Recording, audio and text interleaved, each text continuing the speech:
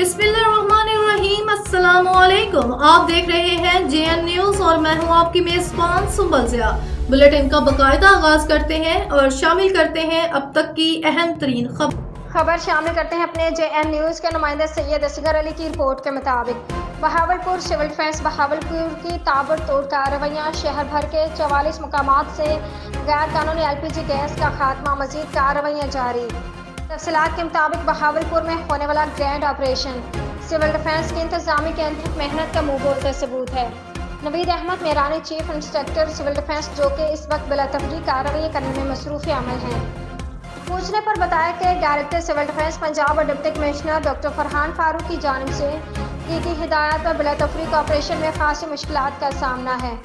Media से गुफ्तगू करते हुए उन्होंने मीडिया का शुक्रिया अदा किया कि आप लोग हक और सच को हमेशा उजागर करते हैं, इसलिए जो कार्रवाइयाँ की जा रही हैं वो इंशाल्लाह पाया तकमील को पहुँचेंगी और किसी सिफारिश या रिश्वत की बुनियाद पर उन्हें बिल्कुल नहीं छोड़ा जाएगा।